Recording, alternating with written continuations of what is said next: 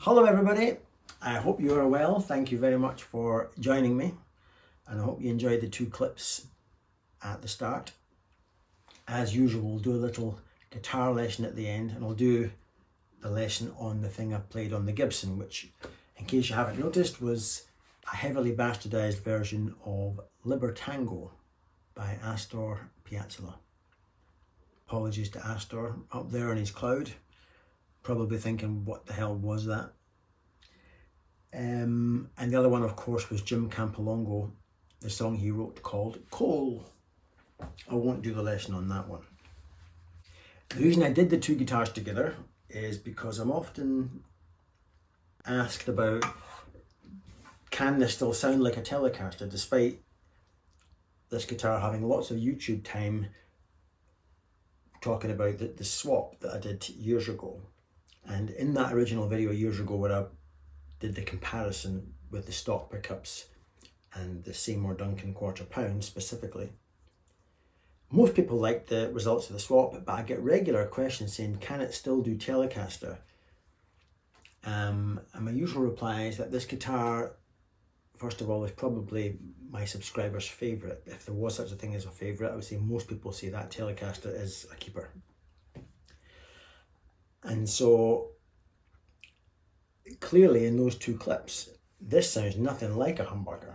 And although it can't do typical country twang like maybe a typical Telecaster, this is still Telecaster. It's more Roy Buchanan and more Jim Campolongo, sort of Telecaster on steroids, but oh boy, this is nothing like a humbucker. And of course, the actual true humbucker, this is a Les Paul R9 from 2011, and all I've done is take the pickups out years ago, these were burst buckers, and replaced them with my favourite, which are Righteous Sound RAF 2 unpotted PAFs. Because of this guitar, I just think is amazing. It sounds to me like a Gibson. I think a Gibson should. Not too beefy and burly like a lot of Gibsons can sound. It sounds a bit more pokey, more honky, more mid-range, and I just love the way this sort of expresses itself as a Les Paul, a typical Les Paul. This is, by the way, just 2017. I got it brand new from Fender Custom Shop. It's a Heavy Relic 52, except of course the pickup swaps. So yes, it still sounds like a Telecaster if you like that Jim Campolongo, Roy Buchanan kind of thing, which I just love. What else can I tell you before we do the guitar lesson? I'm just back from Sicily with my wife. We had a lovely relaxing week off. My son's 18 now and has a job, and he didn't want to come on holiday. He wanted to stay home and have his surroundings and play with his pals. Make him sound like he's 9. He's 18. Sorry, Jack.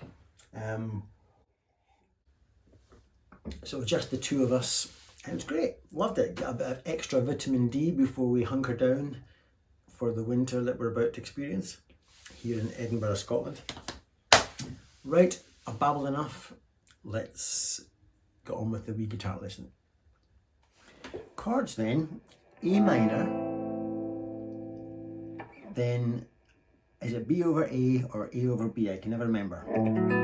But basically that's a B chord, but by putting this here, I've got the A note coming in, and the flesh of this finger masks off the A string, so you can't hear it.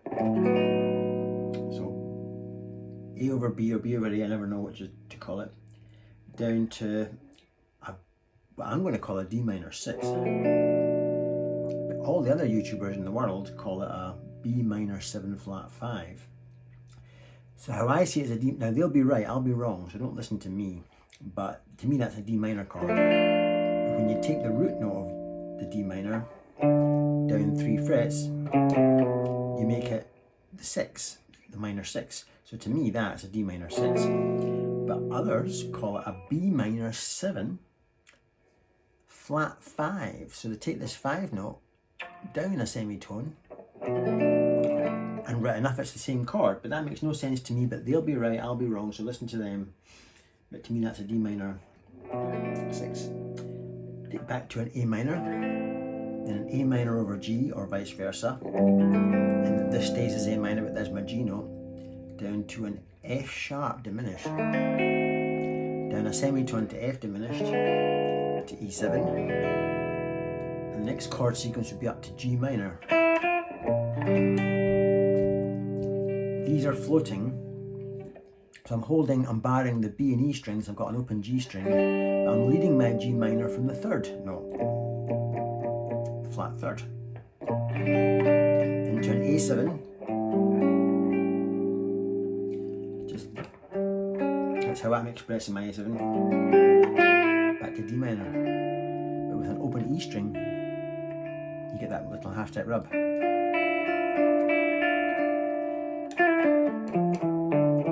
To an F diminished. To a G7. To C. To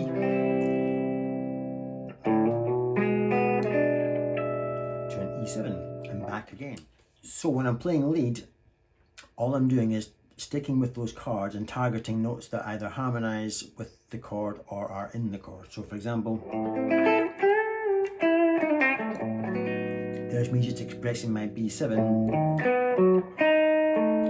That's all just licks that refer to B7. So far still B7 with a wee nod to a diminished. That sounds kind of advanced. It's just me expressing that chord, the D minor 6,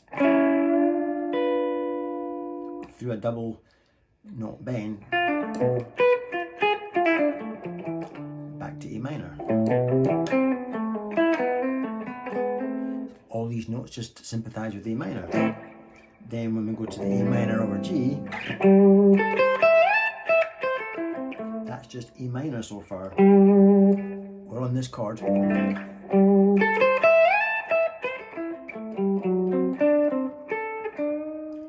I've slipped into expressing that chord. Then I'm going to take the whole thing down a semitone to express that chord. Then expressing E.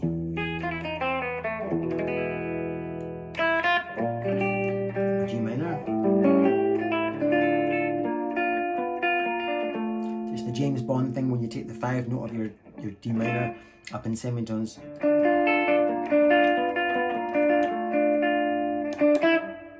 And even that little lick there, that's just me expressing that chord in a different position. G7, C, expressing the E7.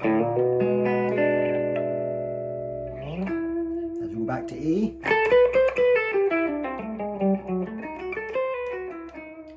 that's just me expressing, excuse me, the A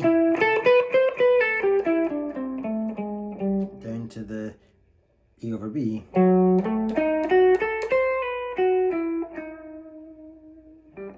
Just dancing around that B7. Then what did I do?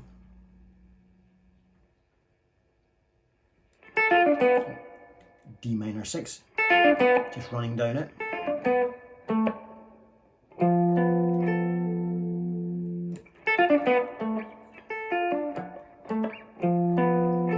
All just notes that are in or harmonize with D minor 6. These are floating. That's an A minor with the root up 2 frets to give a minor 9, is it? Then I've gone expressing my A minor over G again.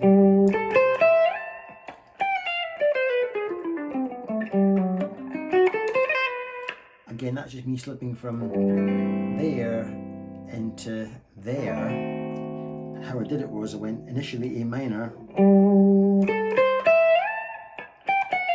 do it in slow-mo.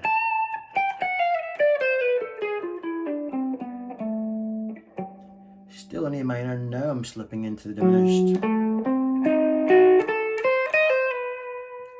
And then, as we go down to the next diminished, I'm still in my brain here on the B7 chord, and I'm going to play the half whole tone scale.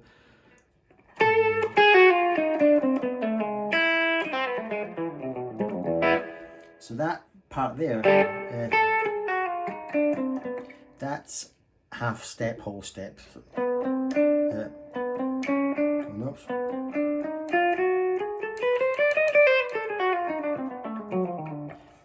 Long story, but that's the half step whole step. So all I've done is I've stole a bit of the half step whole step scale.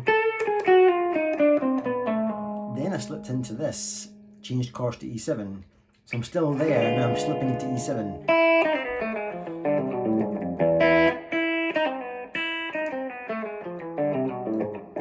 Which is a standard lick I've had for years and years and years and years, as is the half step whole step, so I can join the two together and I sound kind of flash. That's just joining two dance moves together. And so that's kind of what I'm doing. I hope I've not just confused you there, but that's my anchor, is the chords.